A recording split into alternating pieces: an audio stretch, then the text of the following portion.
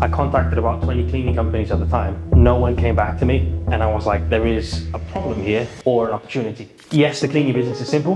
The cleaning industry is a straightforward business, but there are so many different elements that if you're not careful, you can box yourself in pretty quickly. When you're cleaning, when you're physically doing something, you have no energy to be creative or to think strategically. And I knew that from a very early age that I cannot be cleaning forever. How did you get your first client? How did you get your first cleaner? I think that's the million-pound question, is how do you win those big contracts, those big commercial contracts? For me, it was...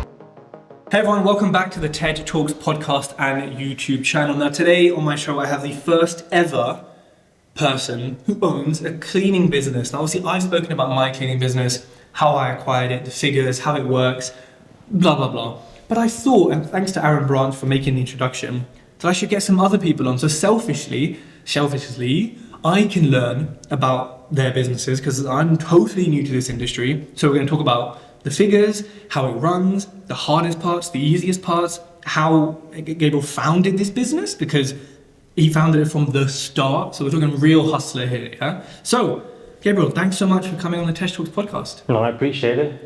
It's exciting to be here, so thank you. For sure, dude. So let's go back, I think about 7 years to when I believe you were at university. Correct, yeah. And so what were you studying at university? So I was studying human nutrition at Worcestershire University in 2015. Wow. And there's often you hear, I think in America, these like college dropouts and people setting up these kind of businesses in university. But obviously you're at uni, you're studying, you're partying, whatever. You're doing what uni students do. Why did you start a cleaning business then? What's that got to do with like university and being a good student? Yeah, good question. And what does it have to do with human nutrition as well? So basically, I went to Worcester University with a mindset of I wanted to go into sports, and nutrition at the time was the closest thing that I could get into. I couldn't be a professional basketball player. I wasn't good enough to be one. So I had to start looking at other avenues. And nutrition at the time, we were doing a basketball training course, and nutrition and exercise kind of was embedded in us from the beginning. So one of the things that I really started to study and research and go into videos and reading books was nutrition. So my mindset was either set up a business on human nutrition or work for a company that does supplements. Basically, those are my two avenues. However, when I went into university, very quickly, and I'm saying like 2 weeks, 3 weeks into the course, I was like, I think I've made a mistake, because a lot of it was biochemistry. And again, don't get me wrong, a very interesting subject, but just something that I wasn't passionate about. So I was very mindful of, I'm going to ride this wave for as long as I can, but if something else comes along, I will go into it, basically. And then the cleaning element of it was year two of the university. We moved out of student halls into a student house. There were 6 guys, and then you can imagine 18, I don't want to imagine, yeah. 18, 19-year-olds living together for the first time out of their parents' house. The house was a tip, like it was bad. Yeah. And my mum, every single time she came to visit from Oxford, she kept saying the same thing: Gabriel, the house is a mess. The house is a mess. I didn't raise you like this. You need to do better, basically. So in essence, I started to look at ways that we could improve the standard of the house. So we split different areas, we kind of put the rules in place and everything else. But again, safe to say, nothing worked. So very quickly, my mum was like, next time I'm coming, I'll bring my cleaning kit. So I was like, don't do that, please. Don't embarrass me. So I started contacting cleaning companies, and to my surprise, there was a lot of cleaning companies in the local area. So small, bigger cleaning companies. I contacted about 20 cleaning companies at the time. No one came back to me. And I was like, there is a problem here or an opportunity. So it was either they have too many customers or their customer service is really poor. So for me at the time, I didn't know anything about business, but what I did understand was supply and demand.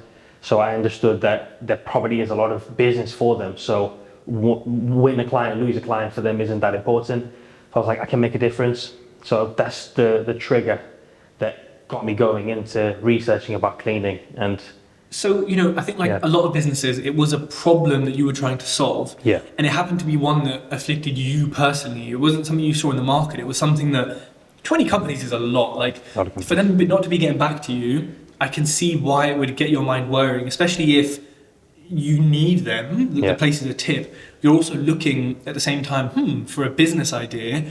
It kind of makes sense. Now, for anyone to start a business, it's very tough. For a university student, I think it's tougher because you have less life experience. Yeah. And maybe people take you less seriously because of your age. And I think back then, even more so, whereas now you've got all these 19-year-old millionaires and, all this stuff on Instagram. So, well, I mean, you saw this problem, you thought, okay, I could fix it, but how did that then transition into, I'm going to start a cleaning business? Again, great question. So I'm a Christian. I believe in God. I believe in Jesus Christ, and I believe that God speaks to you through reading the Bible. And at the time, I was going through a phase of kind of discovering myself and discovering my faith, or rediscovering my faith. Let me say it that way. And I was very into reading, into my quiet time, into praying, and I truly believe that God spoke to me, and He planted the idea, the seed in my head. And it's like any idea starts with a little thought. And basically that's how the cleaning business idea came from, was God planted a seed in my head, cleaning business. And I was like, okay, what is a cleaning business? Like, obviously, domestic cleaning, so you think clean your house, clean your room, make some money. Obviously, it's not as simple as that, but the basis of it, that's where it started from. So I started to research, what equipment do you need? What is a cleaning company? How do you employ people? Am I going to clean myself? Am I going to recruit management? Am I going to recruit staff? Like, how is it going to look? So the way that my brain works, I'm very much structure oriented. So I like systems, processes, and I didn't know that at the time, but very quickly I understood that that was one of my strengths. So I got really deep into market research, calling local businesses, calling local companies. I was still at uni at the time, so I started to do heavy market research, surveying people, going around the city centre with like a survey saying, have you thought of cleaning? Have you thought of opening a cleaning company? Have you thought of cleaning your own house, getting your house cleaned by professionals? So all of these little things, a lot of it didn't really amount to anything, but there was a few conversations that I remember vividly that made me, that solidified the idea of starting a cleaning business, specifically in Worcester and not back in Oxford where I started basically. So, yeah. I mean, you were really on the ground. I think nowadays people talk about market research, but I suppose you can try and do a lot online and send surveys, but you were hustling to find this information. And I think a lot of people don't do this. They get an idea and think, 20 companies didn't get back to me. It's a multi-million-pound idea. Cool. When actually it's like, but hold on, your market is there. Like, go and ask them, go and speak to them. 90% of them are going to say, I'm busy, go away. But the 10% could give you valuable information. Yep. Now, you are very structure orientated. So in your head then, so I acquired a cleaning business, didn't know anything about it before, but I would say it is a simple business. Sure. Like recruitment, I used to have a recruitment business. It's simple. Yeah. It's hard, the emotions are tough, but I can tell you how to set up a recruitment business in the next 10 minutes, and you will probably go do it. Yeah. And so I find that the cleaning business is quite simple, but without a structure, it can fall apart quite easily. So for you, starting out, what was the structure you set up, and was that a good structure? Is it still the same now? Yeah, very good question. And again, a very good point as well. So cleaning as a whole, the business model or the business is simple. You're in essence in a people business. So you find a problem and you provide the solution like any other service-based business. So yes, I think the difficulty with cleaning industry, the cleaning and the cleaning business as a whole is the misconceptions, and it's very easy for you to, either you're in business for a really long time or you're just setting up a cleaning business, to fall into the mindset of, I'm just going to do what the next person is doing. But the issue with that is that a lot of the cleaning companies that have been established, they haven't been a long-standing company because they're successful. They've just been a long-standing company because there isn't really anything better in the market. So I think there's a big distinction in there. So structure, systems, processes is extremely important, not just for the longevity of the business, but then also for the success of the business. And then obviously success looks different to each person, each of their own. But for me, success was, I want to set up a profitable business, a positive cash flowing business that I can step away as I please. and I can go and do other ventures, and then the business still runs and grows without me. So to me, that was my mindset at the time. And again, because of my long-term thinking and goals and everything else, that's the vision that I had from the beginning. Like I had a 10-year, 15-year goal in mind that I wanted to achieve everything that I set at the time. Things changes within time, but I guess the structure is being the same from the beginning. In essence, I want to have a solid management team. I want to run a lean business, and I want to be able to be the best in the UK. That's still my mindset. That is still my goal. And I believe that, again, tweaks, and again, as a captain of a ship, you have to kind of like turn a few knots here and there, but the aim is still the same. The goal is still the same. So yeah. Absolutely. And then, so, going back to then, and I suppose speaking practically, how did you get your first client? How did you get your first cleaner? Yeah, good question. So the cleaning business, I think the question that I get asked the most is that one: how do you win clients? And I think that's the £1 million question: is how do you win those big contracts, those big commercial contracts? For me, it was, again, very blessed, lucky to say the least. I started the cleaning business with a client. So at the time when I was at uni, I was a nightclub promoter for a nightclub called Alexander's at the time. And at the end of the night, we had to pack everything away, clean up after ourselves and everything else. And I just noticed that the club, some areas of the club are really bad. And then I passed in comment to the club owner. I said, this needs to be deep cleaned. You need to improve this. And then he said, funny enough, my cleaning operative is leaving, is retiring in a few weeks' time. And I said, oh, bingo. I'm setting up a cleaning business in 3 to 4 weeks' time. Let's have a conversation. And then literally it was baptism of fire. Like they sat me down in a week's time. Why do you want to set up a business? Why do you think you can take care of this club? Why should we trust you? And it was like Nick, his dad, and Alex sat me down, and they just literally, The Apprentice, like final phase of The Apprentice, when they just like drill your business plan. And it was literally that. And thankfully, they had the grace to give me the opportunity. I was literally 19 at the time, and I was taking care of their pride and joy and their business at the time. You obviously did something in that meeting to prove, in that job interview almost, literally. You did something to prove to them that they could work with you and they should hire you. So there was something from an early age, right, that you had that, Absolutely. And again, I can't keep referring back to God. I believe that God has favor in my life, because I can't explain half of the things that happen in my life. They just happen a lot of the time. And some people call it luck. I call it favor. I call it grace and mercy. So I think it's a case of, some meetings I go into, it's natural for you to think this is going to flop. Yeah. Like I have no clue what I'm talking about, but I'm going to stand firm and let's see what happens. And that meeting was no different. And also, going back to that passing comment, it may have been a passing comment, it may have been on purpose, but I think what a lot of people don't think about is all it takes sometimes is that one comment. Yeah. All it takes is you just saying, oh, in property, oh yeah, I'm looking for investors. But anyways, and then someone, it's that seed you spoke about earlier. 100%. So, just by saying that, it opened that door to that interview. 100%. Which, you could have failed at any step along the way, and you didn't, but it's just unlocking the next door and the next door. Now, nightclubs are disgusting. I love a nightclub, but oh my God, at the end of the night, and they are horrific, right? How did you find a cleaner to clean that? I didn't. I was doing it myself. You know what? You are a strong man. You must be religious to be able to do that, because there's got to be some force that's keeping you doing that. I respect that. Yeah. That is because, you know the job. No new cleaner can come in and tell you, it takes an hour when you're like, I've done it half an hour every single day. Yeah. When you were doing that, did that motivate you to not want to do that anymore and get management? Was that, Again, from the beginning, I knew that I couldn't, if I wanted to grow a successful, long-standing company, I couldn't be in the tools forever.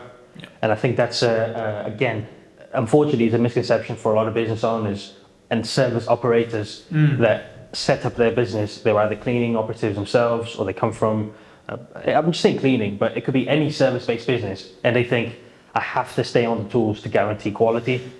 And the issue with that is that literally you get blinkered and you get tired.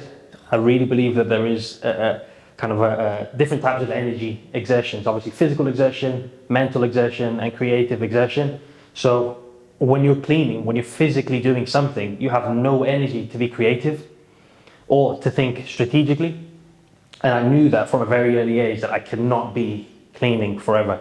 So one of my earliest and first ever goals was I'm going to find out the basics about the job, the practical element of it, create a training plan, and then I'm going to step to a different role, because I wanted to find out about the different elements of running a business very quickly.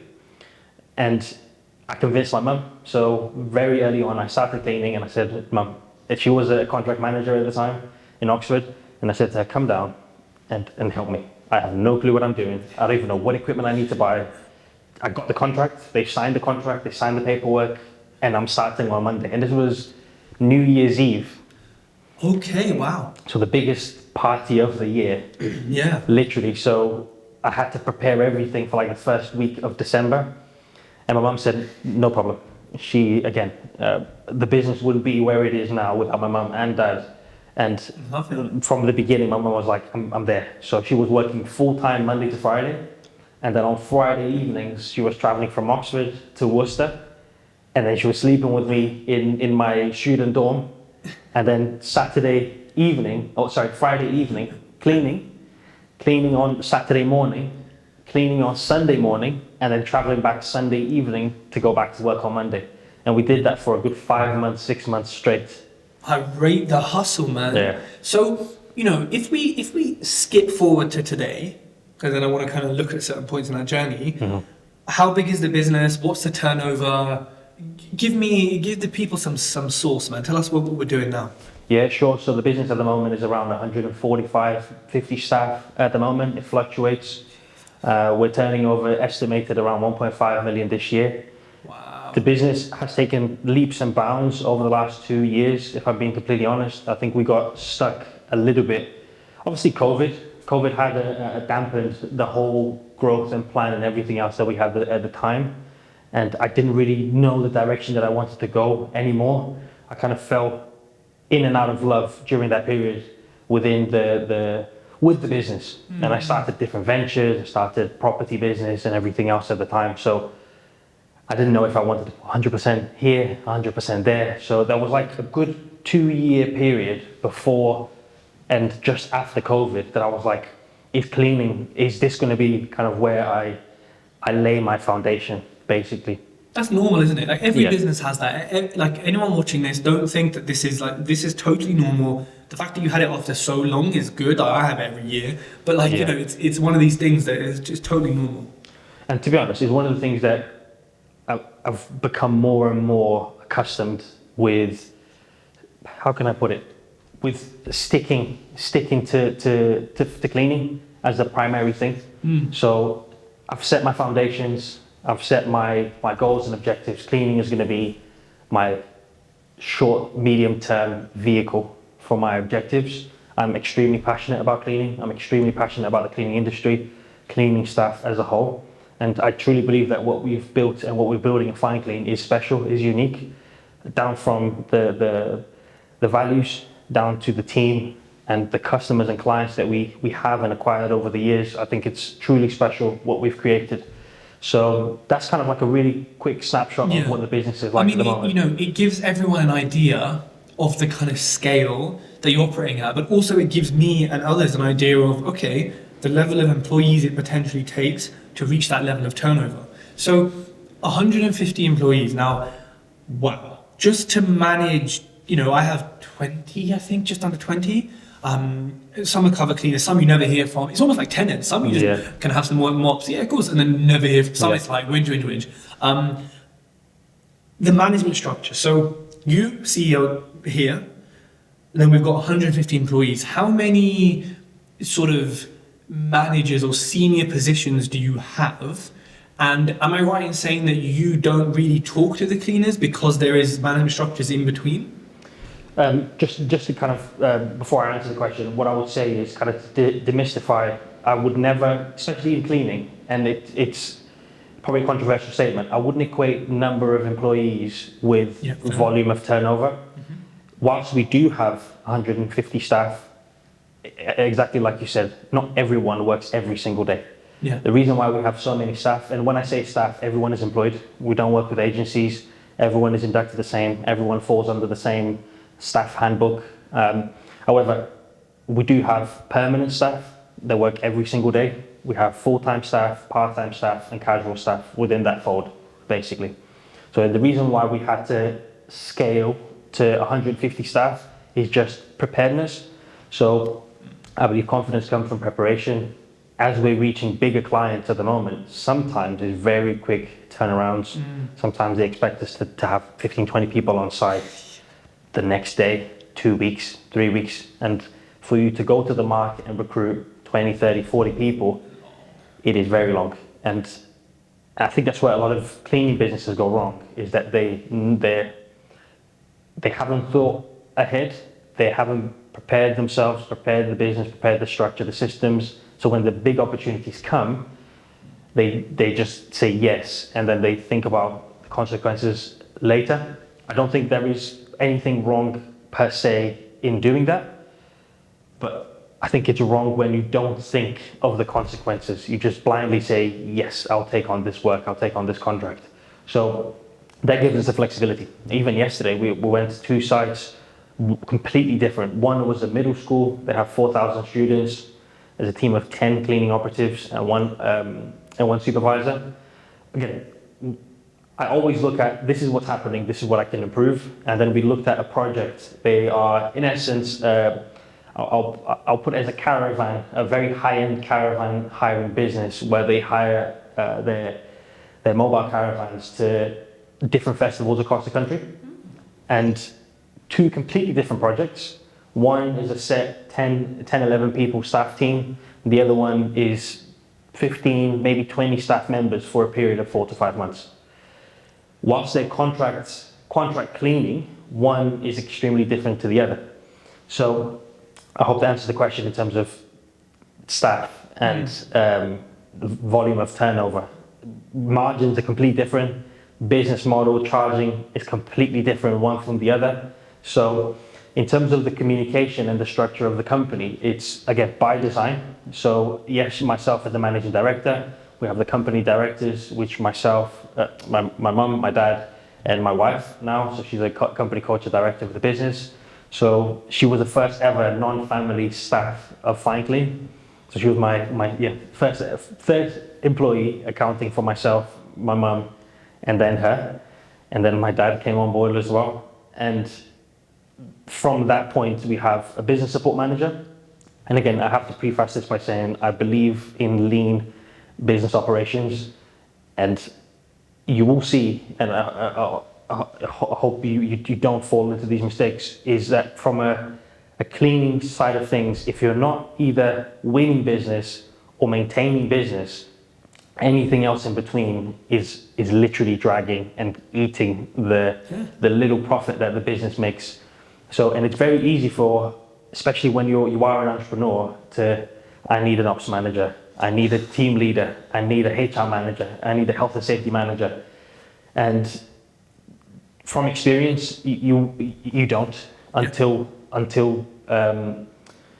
you get to thousands of sites, of contracts, of people, and everything else.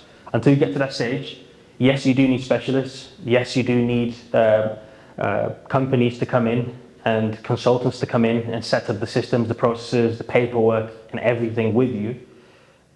But you and your team can manage that yourself in-house. Obviously, you have retainers and people that you can call on if there is a grievance or anything else that you need to handle, 100%. But from that element, we have a business support manager, we have an operations manager, we have a team of team leaders, and then supervisors, we call them shift leaders. So shift leaders in essence are any team that has more than 3 staff members, we always allocate a shift leader. So they clean as well, right? Clean as well, yeah. So their uniform is different, their responsibility is different. They have their name, their position on their chest. Their uniform is yellow, okay, compared to everyone else, kind of being the standard colors black and white. And the reason for that is that creates ownership of the position. And then from a client perspective as well, the psychology of it is if there is someone with a little bit more superiority in the team, they feel a lot more comfortable to deal with issues there and then. Yeah. So the escalation rate of issues honestly reduces drastically. Smart. And obviously it's up to us to communicate directly with the shift leaders, meet with them on a quarterly basis, formally and informally on a more regular basis to ensure that those non-performances are being passed up to the office so we can constantly have a pulse as to what's happening with the business. I love that. I think it's a simple psychology. It helps the cleaner massively. It also does create authority for the cleaner, so they know, listen, come on, like, this is the person, don't piss around. Correct. But also with the clients, I love that. It's almost like, can I speak to the manager? Yeah, but not the CEO, not the ops, you're speaking to the manager of them. Correct. And so, yeah, I love that. So smart. Now, speaking of structure, question from me, I think, about my business. So we're turning over 18 to 20 grand a month at the moment. I'm acquiring another cleaning business in the franchise, which should complete in a few weeks, which is going to add another 16 grand a month on top of it. Nice. I've got just under 20 cleaners in total. That business is probably going to come with another, because there's lots of little sites, probably another 20. Now, I'm also like you, and I want it to be outsourced. I'm not hands-on, but I also don't want to be speaking to each individual cleaner. I kind of want someone who can manage all of this. Now, they're in areas that are, there are two different areas. So I think I need two different people for this. But in my head, my next hire, once I've bought that business, is two sort of supervisors. Now, I don't have any sites where really there's more than one cleaner and they need a supervisor. Yeah. It's just, I don't have a site of that complexity like you do. Yeah. So my question is, should my next hire be two mobile supervisors, cover cleaners, who essentially, order chemicals, take that off me, sort out cover work when needed or do it themselves, and basically look after these two areas of these clients? Because there's 22 clients in my current area, and there's probably like 40 in the other area, because there's quite a few small ones. Is that the right hire for me next? Putting my consultant hat on now, there's a lot of variables in that question. It's quite a loaded question. I would need to understand, it's good that you kind of dropped a few nuggets of some sites or most sites of one staff member only. Yeah. They're in some are in a few clusters, others are in different clusters of location. I think the first question you need to ask is, what is the end goal? What is it that you want to achieve? Is it a team of 100, 200, 300, 50 clients, 100 clients? I suppose I base it on turnover. So I suppose I want to get it, I base it on net profit. So I want to get it so the turnover when I buy this business will be 400 grand a year, I think, ish, or total of both.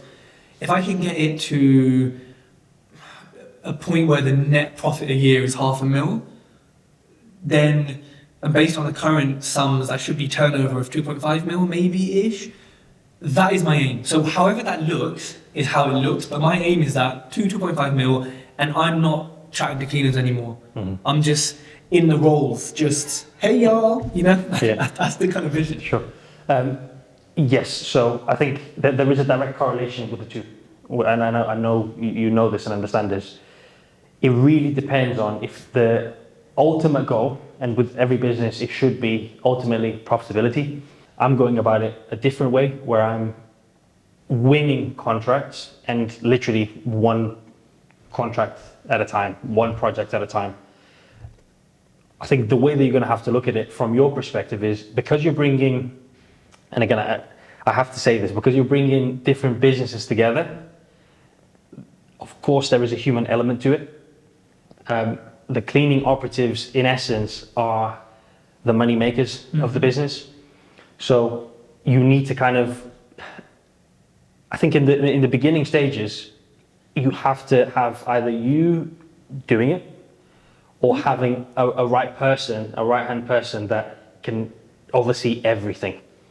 I think the moment that you start to split the ownership, especially when you're going to have 40 plus staff, multiple people overseeing different things, you might dilute something that is not concrete yet. Yeah, I get what you're saying. So I think establish a culture first, because the last thing you want is to win this buy this business, win all the contracts, all the resources and everything else, and then you find that you can't really implement your vision to it because they've never been managed the way you manage. Yeah. The client has never spoken to the business owner ever. The staff have never spoken to a manager ever. So you're coming in and you're implementing your vision and they just start to leave. Now you have work, but you don't have people. And I've been a nightmare. It's a nightmare. Trust me, as you know, it is the worst thing for a service business to have business, but don't have the staff or the equipment resources to complete it. So I would start having one person as a team leader, contract manager, whatever you want to call them, to oversee all of the staff, because my belief is that one person can oversee 50 staff, 60 staff. Yeah, I think in our businesses, yeah. Easily, if there is a systems and processes. Of course, each contractor is going to bring their own complexities, understandable. But this is when that person, you empower them to find your superstars in the team, because you want to develop the cleaning staff. Sometimes people choose, or most of the times in the cleaning industry, they choose cleaning as their profession. I call them professional cleaning operatives. We actually created a category, 3 categories. And again, this isn't to offend anyone or to box anyone in, but professional cleaning operatives, part-time cleaning operatives, and professional butterflies. That's what we call them. So for us as a business, we want to build our foundation on professional cleaning operatives, full-time cleaning operatives. They've chosen cleaning as their sole career. Obviously, it's not always possible. So the second in the line is part-time cleaning operatives, basically. So those are people that work full-time somewhere else, they have a career somewhere else. Yes. And they take a few hours a day, a few hours a week, and holiday, debt, mortgage, they want to save up for car, whatever it is. They just want that extra £1,000, £500 a month to be able to subsidize the luxuries, basically, of their life. Yeah. And then you have the professional butterflies, which, again, it's a variety of individuals, but primarily the easiest example I can think about is younger individuals. They are in university or they're still undecided on their career. They have extreme value for your business in projects, one-off projects, and where you need to mobilize teams of individuals where necessarily experience isn't the determining factor, but rather willingness is the determining factor for the success of that project. But for you to build a sustainable contract cleaning business, for you to do that with that type of professional is a mistake, because they will tell you whatever you want to hear, because they want the job, they need the job. But then if something else comes tomorrow, you're gone. Do you know what I mean? They're gone. You don't hear them. They block you. You can't text them. They're like a distant memory. So if I was you, until I understood each of the staff members, which is a big task. Who are they? What do they do? What do they want out of this the job? Do they just want to clean? Do they want to be left alone? Or do they want to progress? Until you have a basic understanding of that, and that ops person, contracts manager, acquaints themselves with all of the team, I wouldn't dilute the position into shift leaders, into team leaders or shift leaders yet, because that makes perfect sense. I forgot the human element, because you're right. I need to get to know them. They need to know my style. We need to know each other, which is actually why I've got the current owner doing like surveys and forms and almost interviews with his current cleaners to like identify any issues, and audits with clients as well for the same thing. So on that note, do you prefer lots of little clients or a few big ones, or a hybrid? That's not a trick question, because small little clients, the way I think about it is, do you want 10 one-hour contracts or do you want one 10-hour contract? I'll pass that question back to you. I want the bigger contracts. Why? I think because everything is kind of concentrated in one, you're in one place, you're one delivery, it's just simpler. Now I do see the benefit of lots of little ones, like managing risk. One big client says, see you later, shit. One little one says, see you later, bye. That's not the attitude you have, but mathematically it's like, okay, bye. Like we're kind of okay. So I am more in the hybrid, but again, I have more of the experience you have Yeah. to know the longevity of these things. Yeah, no, and to be honest, the reason why I passed the question back was to kind of understand the reasoning behind the question, and you're 100% correct. Having a hybrid mindset is important.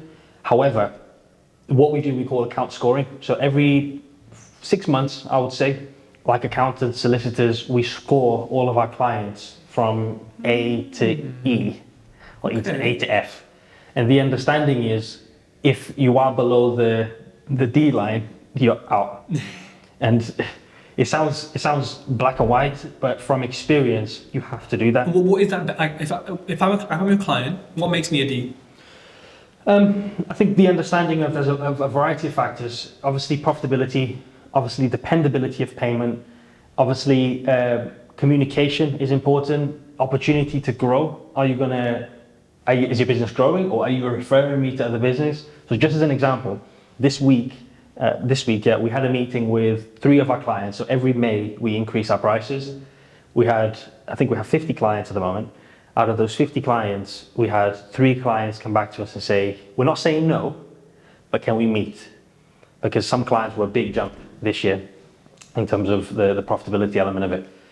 One client that we met, we have an incredible relationship with them. The standard of our clients, the standard of the contract is extremely high. Literally, the meeting was 15, 20 minutes long. 90% of the time, it was us just having a conversation. How are you doing? You okay? How's the baby? How's the family? And everything else. The last few minutes of the conversation, she was like, I have to ask the question, can you do anything on the percentage increase? My answer was no. However, let me have a check with my accounts manager. But in between that little exchange, she said, oh, by the way, there is a client that I used to work with in the recent past. They're a 55, 60 million pound turnover company in Bromsgrove, where you are based. You have clients there and everything else.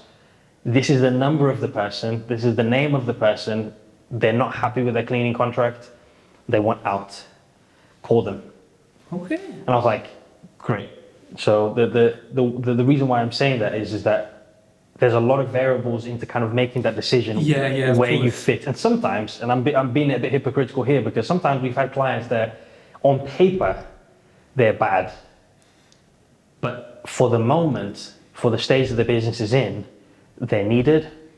They're needed from an employability point of view. They're needed from a cash flow point of view, profitability point of view, of course. There's no point in keeping non-profitable contracts. But at that stage, the contract is really important. Every year we give back contracts because of that, because we replace the contracts that we have. And it's making it sound like I don't care for my clients. I do. All of this is extremely well communicated with our clients. And it has to be mutual. Like they can't just be whipping you around and thinking it's okay. It has to be both ways. And we always provide replacements. We always provide people that we've worked with in the past, companies that we work with now, and we'll say, look, we're giving the contract back, but here is a few contacts that you can go and speak with. Because we want to make that transition as easy as possible. Because what I don't want, because it goes both ways, like you said, it has to be good for me and it has to be good for them. And I always explain to them, for the business now to be good for me moving forward, I have to increase by X%. And sometimes it's just impossible. Like the budget isn't there and the flexibility isn't there. And I have to respect and understand that. So going back to your original question of the hybrid element of it, I agree, but my degree of being hybrid is I rather have multiple big clients than a variety of small clients and a big client, because either way, we're in the contract cleaning business, we're in the contract of retaining clients, we're in the business of retaining staff. The last thing you want is to have a reoccurring business model, but every month you're having to win contracts and recruit staff, because that's where I feel like a lot of cleaning businesses go wrong. I could stop winning clients now and know that everything is fine. I'm not going to lose a client, and I'm not being arrogant. It's just, I know that because we do surveys, we meet with the clients, we have good clients. We like to call them client for life type of thing. So they stay with us. We have clients that just stay with us. And when we see signs of unhappiness or surveys coming back and we're not getting the 20 out of 25 score that we want, we start to kind of dig deep and make sure that we do anything in our power to turn that like sub 20 score higher, basically. And, you know, speaking of clients, I mean, you kind of mentioned it earlier. What have you found is the best way to win clients? And also, you can't say referrals, because I want people who are new in the business to be kind of learn from you, because they may not get referrals early on, they may not have the reputation. Excluding that, what's the best way to get a $3,000 a month turning over contract kind of thing? Probably not gonna like the answer, but it's activity. So I still to this day pick up the phone. I still to this day send out direct email, direct mail. We do that. We now have the resources to be able to invest into different activities, SEO, pay-per-click, networking events, cold calling. We do cold calling. However, less and less now, because from the types of clients that we're looking at and bidding for, it's just you will never get past that barrier to entry, and you will see that the return on investment on those calls and emails, you could be there for months calling and that's getting a specific person's name, and you will never go past that stage. So from experience, it's a variety of things for us. Tenders have been a big thing. So we started to do tenders around 2.5 years ago, and slowly but surely, we were talking about auctions not too long before the podcast. It's the same. You're bidding for work. However, you're presented with everything up front. Obviously, there is some elements of it that theory and practical are a little bit different, but you have everything up front. So it's up to you to really break down that opportunity and bid accordingly. But referrals to me, I'll probably put them at the bottom of the pile, even at this stage. So what are the top 3 ways that you get business? SEO and PPC. So people typing in cleaning business in Worcester, that's how you've... Or not just Worcester anymore. So we have London, people contacting us in London for like events, one-off projects. Southampton, this week we had a team of 5 down in Southampton. So my aim is I have a mobile team and I want them to be going up and down. That's a separate element of the business that we've been developing in the background for about a year now, 12 months. But we want them to travel. We don't want them to just rely on that kind of drip feed income. We want kind of the big kind of cash injections into the business, because as you know, margins are tight. Any little variance in your budget makes a big difference, big hit. So when you do have months where, I don't know, you don't have those jobs, those projects, you do feel it in your P&L. So we want to have that mix. So when you were talking about kind of being hybrid, I like to have different types of cleaning contracts or cleaning jobs. Some are mobile, some are projects, some are week projects, 3-day projects, some of them are month projects, some of them are 4-month projects. All of our standard contracts are 36 months or 3 years minimum. So I like to have that variety and security, basically. And, you know, with the SEO and PPC, of course, your Google page and your reviews come into account. I think I checked last night, you had 49 reviews, I think. Yeah. Have those reviews genuinely helped you in business? Are they worth getting? I always think yes, but I want to hear from someone who's got a lot of them. They have, yeah, they have. Because the way that I like to think about it, I'm not my client and my client is not me. However, we're humans and we're influenced in a lot of ways by kind of bias and by testimonials and referrals and experience. Obviously, that's not the determining factor, but it helps. Every single contract that we bid for, I always put a list of referrals, of references, for them to contact them. Yeah, I do that as well, yeah. So it's not my word. Go and speak to them. You're being co-signed, right? Yeah, absolutely. Yeah, go and speak to them. So in essence, it's an easy way, or a barrier to entry is not non-existent, because it's quite easy for you to start acquiring contracts, jobs, and start to get those reviews. It's just a case of asking the question. And just quickly, I know you talk about margins. For people watching this, I don't know, if they want to build a cleaning business, easy maths. If your turnover is £100,000 in a cleaning business, what should your net profit margin be, excluding director salaries, including all the trips to Nando's on the business? You know, like if it was just pure lean, mathematically, what percentage do you think it should be? So we're talking net. Net. Net So profit. net pre-tax. Pre-tax. So the The bottom EBIT. line, basically. Yeah. What's So in your pocket? you're probably looking at a range between 10 to 15%. And this is purely talking about the contract cleaning element of the business.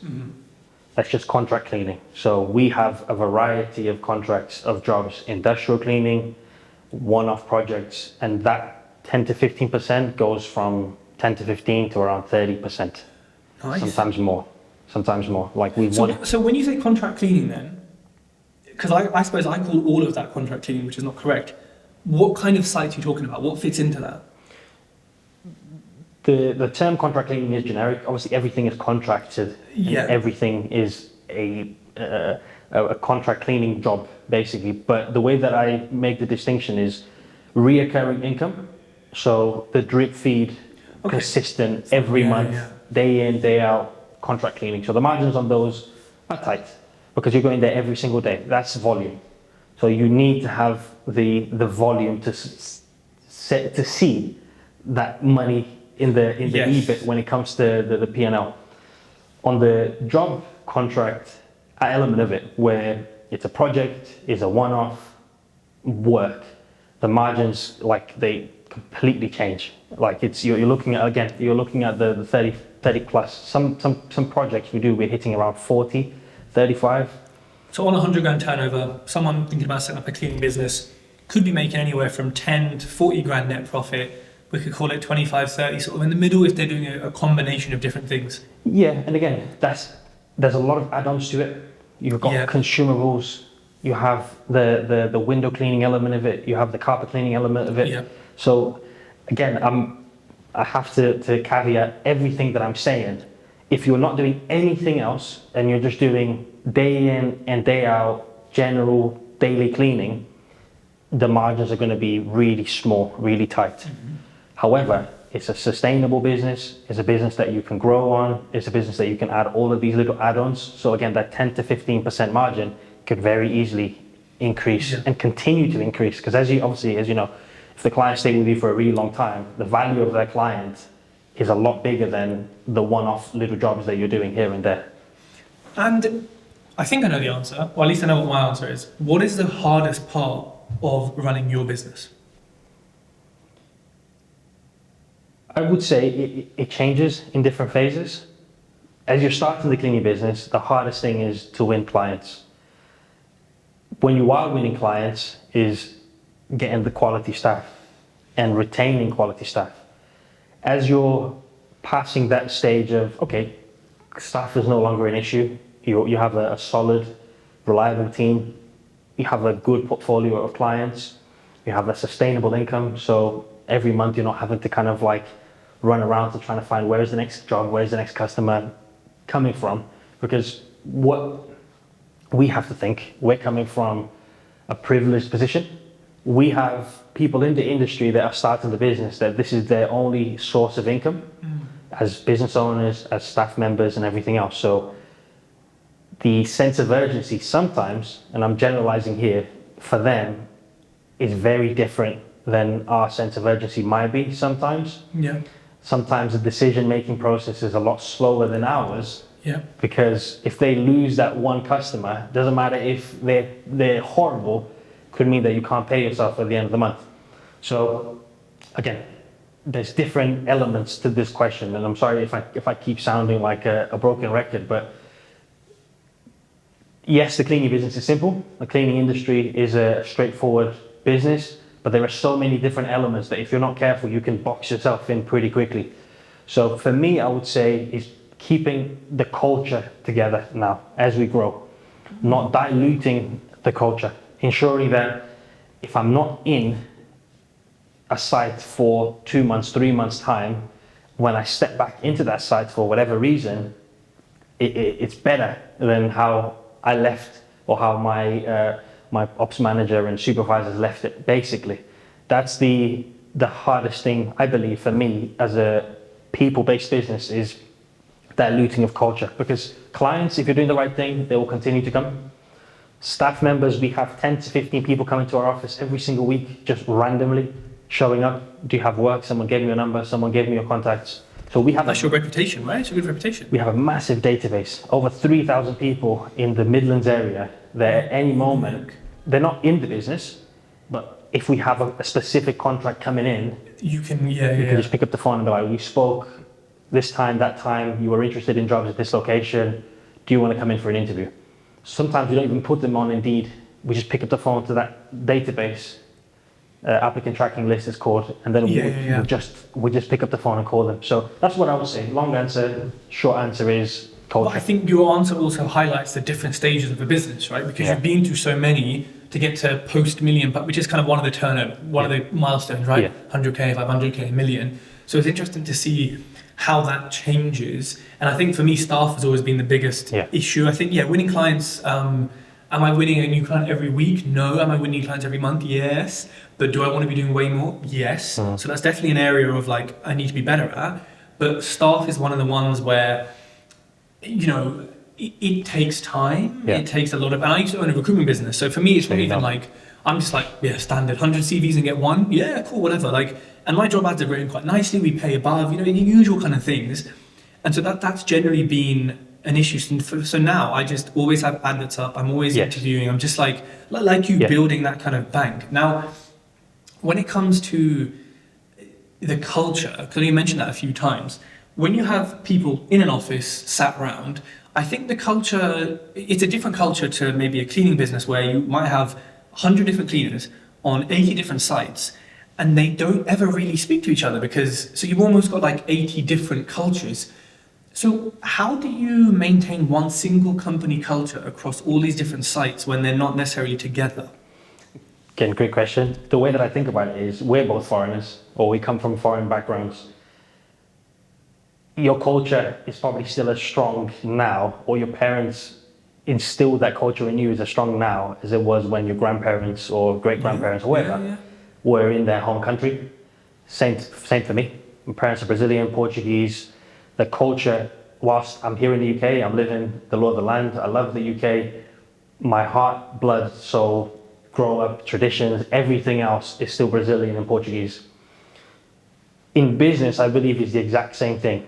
Obviously, things are bound to dilute themselves as you distance yourself, as you expand. And I think for me, that's the 2 million, 3 million pound question is how do you keep scaling the operation with different locations, more staff, more people, more everything, and keeping that core extremely strong. So we've invested a lot of time and money and brain power in coming together with our mission, values, goals, and we came up with maintaining our own house, or keeping our own house.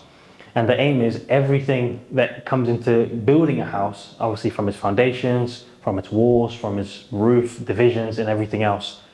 That's what makes FineClean FineClean.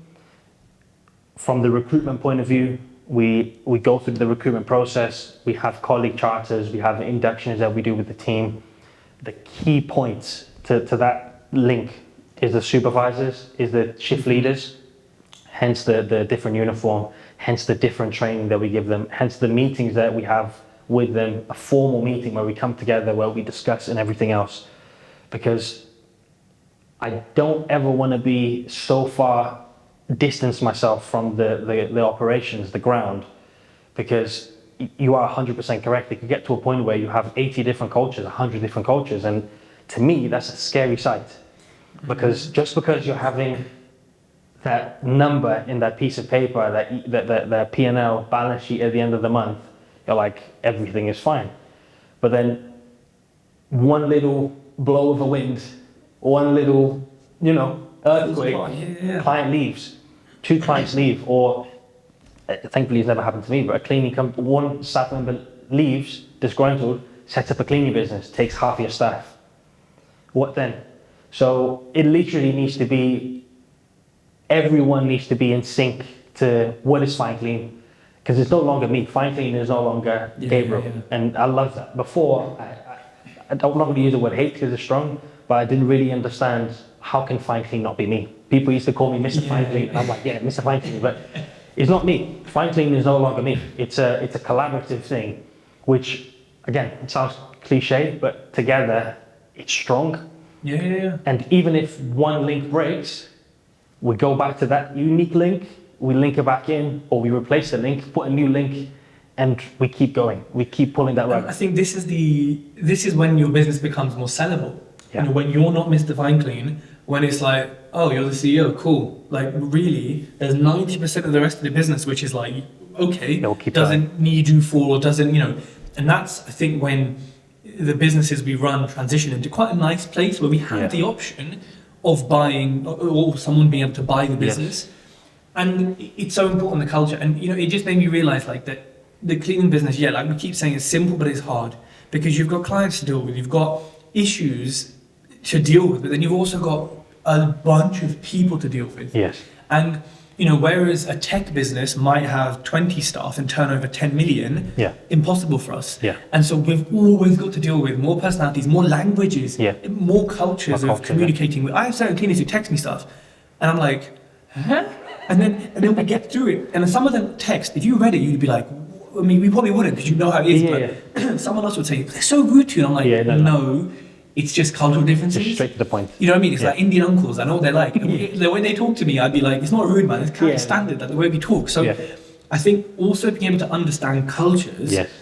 And when you come from a different culture than, you know, and you know, like you said, we're all foreigners to an extent of that, you just understand each other better. Yes. And that comes across like in the business. Now, so my business, let's say it's going to be turning over just under $500,000, right? Yeah. And I know you know a bit about it. I'm obviously happy to answer anything, but you don't know the full information about it. But I hire you and say, Gabriel, I want you to be my mentor, I want you to be my confidant, I want you to transform the business. But the first milestone is $1 million. Of course it's $1 million, it's 7 figures. Yeah. What key things, from what you've heard, and there might even also be generic things that, you know, what key things am I and any business owner in a cleaning business who's turned over $500,000, what are we doing to get to $1 million? So I would have to have a look under the hood of the business, but for me, is business model is extremely important. I don't know if you've done like a business model canvas for the cleaning business yet. So it's understanding what are the key revenue channels, what are the key partners, what are the key players, what makes you different from everyone else, and really sticking to that. I think if I was looking from the very vague information and limited information that I've given so far, that I've received so far from you, is the first thing that I would do is consolidate the contracts.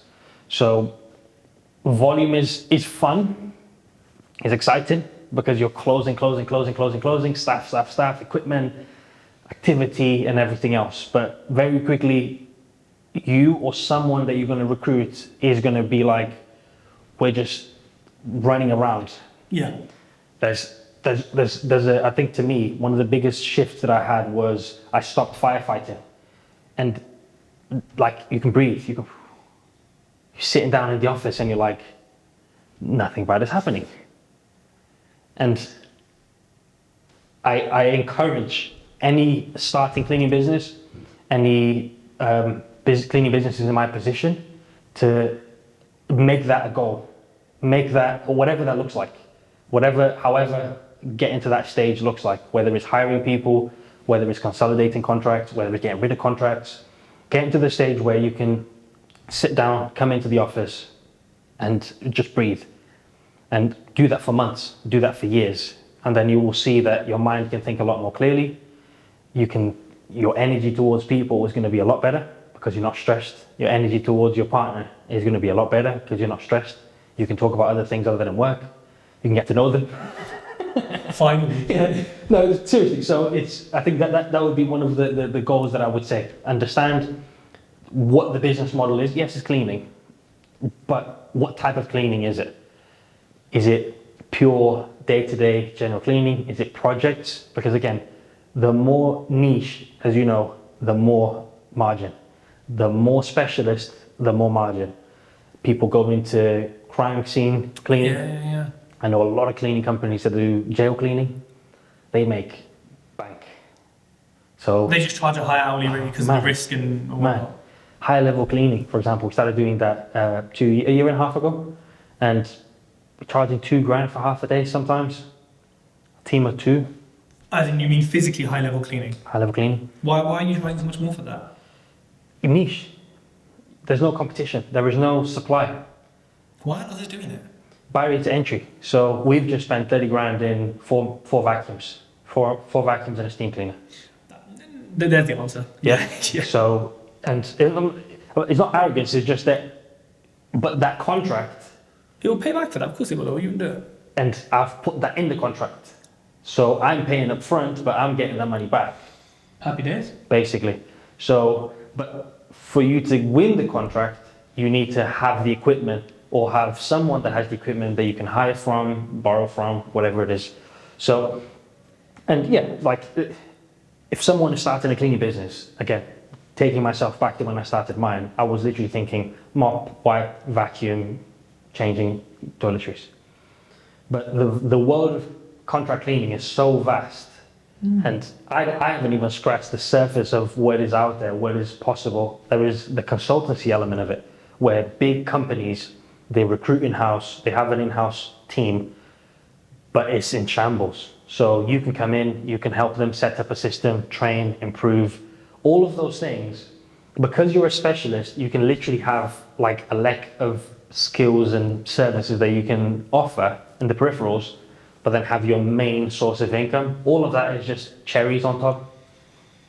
Smart, I like it. And I think, again, it's one of these things where, yeah, people just think cleaning. You just think this. Actually, when you start to learn all these specialized or niche ways of doing it, maybe even niche clients or niche within clients, it opens up your mind to what's possible, what you can offer, and you can make income with less competition and less, we're doing the same as everyone else. Actually, no, hold on, we do high level, we do this, we do factory machine, whatever it is. Yeah. I think that's super smart, amazing. And knowledge. I think knowledge is that that USP that any business owner in their selected industry should have. If you think about it, they're paying you for your knowledge and your expertise and your experience and resources. So make the most out of that. And again, this is why we're doing this podcast, because it was freely given to me, so I'm giving it to everyone else, basically. And the aim is, if everyone ups their standard, there isn't going to be such a disparity between the professionals and the people that are just cowboys, basically. So when you're pitching to the client, it is not a difficult pitch. It's like, okay, everyone is doing the basics. We get it. We're going to come in, we're going to clean.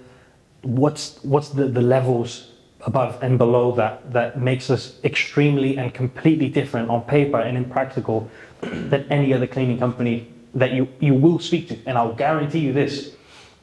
And that's where I feel like a lot of cleaning businesses, they don't explore that, the knowledge element of you understanding your business, but then understanding the chemicals, the different suppliers, like differences between cleaners, sanitizers, other different products, understanding that. So when you are pitching, you can just drop little gems, and people, you don't have to flex like your cleaning knowledge. But sometimes, like, I'm speaking to manufacturers and suppliers about toilet tissue, and you're like, it doesn't sound fun, but you're like, yeah, but maybe that little nugget that I'm going to get from this conversation, a company that's spending £10,000, £20,000 on toilet tissue, if you say, yeah, I can provide a 2%, 3% reduction on that. Sweet. Bang.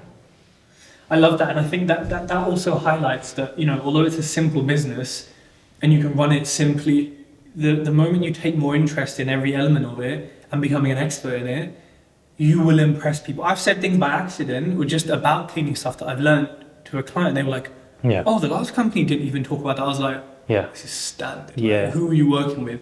And you know what, to kind of summarize something here, a lot of people want what you have now, tomorrow. A lot of people are going to watch this, right? And they're going to say, oh, Gabriel has a multi-million-pound business, all these staff members. I suppose I could do it in a few months, right, Tej? Like, did you listen to the podcast? 7 years, right? Yeah. 7 years of blood, sweat, and tears, and cleaning up a lot of blood, sweat, and tears as well, I'm sure. Yeah. To get to this point is something that I cannot emphasize enough.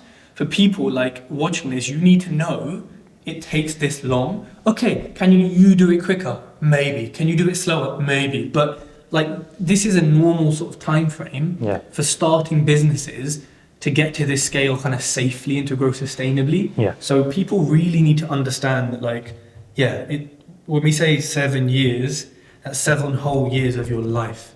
So Gabriel, as we reach the end of the podcast, is there anything you feel we haven't covered or any other wisdom or areas you think that you want to share with the people before we wrap up? Yeah, thank you for the question as well. So one of the things that I was thinking about and I've been thinking about for a while is, and people nowadays, and I'm talking kind of from like a younger generation that is wanting to start a business, that is looking at you, looking at me, looking at other different people that are putting themselves out there in their selected industry. Not everything that you hear, that you see, is real. Sometimes when you see certain highlights as such, they're not as pretty as they're making it seem. There are a lot of ups and downs. It's like anything in life. It's phases, positives, negatives. Sometimes a lot of the questions that I have to ask myself now is it worth getting to the 5-6 million that I'm going for, and I will achieve? What am I going to have to sacrifice? So that's why I say to anyone listening is that look at it from a macro, a micro level, a long-term level, and then make decisions accordingly. Again, I have to keep referring back to my faith. I've been blessed enough to grow up in a Christian family, so we don't take all of this responsibility in our own shoulders. We pray for discernment, we pray for the Holy Spirit to kind of give us that direction. And some of this might seem kind of alien to people listening, but understanding that you have the ability to make choices, but you have zero input on the outcome. So be mindful of what you hear. Just because that person followed that journey, just because that person has had a successful path down that road, does not mean that you're going to have a successful path down that road. So my advice to anyone is listen to everything, take everything with a pinch of salt, but go out and try it yourself. Because if you're like a bookworm and you're just listening and you're just studying and paying for courses, paying for mentorship, and again, I have mentors myself that I work with on a daily basis, so more power to the mentorship world, and I'm a true believer in it. But you have to go out and do it yourself, because you are right. You might go out and do it and you're like, I don't like this. Like, I don't like dealing with people. People, they bring misery to my life. Do you know what I mean? So that's probably the little nugget that I would drop is ensure that you follow your own path. Listen to everyone. Listen to read books, podcasts, meet people, network, one-to-ones, everything. Take that information, soak it. So I used to say when I was a little bit younger, like I'm like a sponge. I like to absorb everything and then filter it through kind of my lens, which is my faith. Filter it through that lens and just keep going. Kind of, it will be tough, but just don't quit. I love that. And also to add to that, 99% of people on social media are lying. Yeah. So people who say they got this, that, and the other, well, let me see your receipts, sir, because I don't see them. Right, before we end, I'm going to do something I haven't done before. I'll do a quick fire round. So this is going to be people getting to know you. So it may not be business, it might be silly. Yeah. I'm literally going to think of on the spot. Pizza or pasta? Pizza. Oh, you were quick. You didn't even think about pasta. You didn't give pasta a chance, man. Pizza, man. Yeah? All right, cool, fine. Brazilian food or Mexican food? Brazilian. What's your favourite Brazilian dish? So traditional food, like they call it feijoada. Feijoada. Oh, Yeah. Banging. Yeah, you know. The beans. You don't love. I love beans, and you guys love beans. I said to my wife is from Zimbabwe. I said to her, if literally, and I'm like, she thought I was joking, and I don't think she's joking. I don't think she thinks I'm joking anymore. I said to her, if you cook me rice and beans and potatoes every day for the rest of our life, I will not have an issue with it. Maybe some platanos as well, you know. Maybe some plantains as well. I need just to. I like Mexican food as well. Yeah, fair enough. Traveling or staying in the same spot? Ooh, I have to think about that one. I love the idea of traveling. I have done a little bit of travel, Yeah, I would say traveling. I would say traveling. Okay. Shorts or trousers? Sure, trousers. T-shirts or shirts? It depends on the season. Hot weather or English weather? I'll just leave it with the laugh. Cleaning business or property? Well, your cleaners are watching. You got to say cleaning. Good question, man.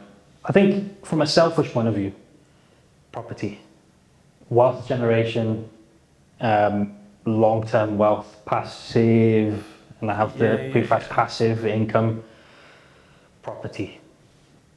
For the day-to-day activity and the reward and enjoyment that I get out of it, cleaning, no doubt, hands down.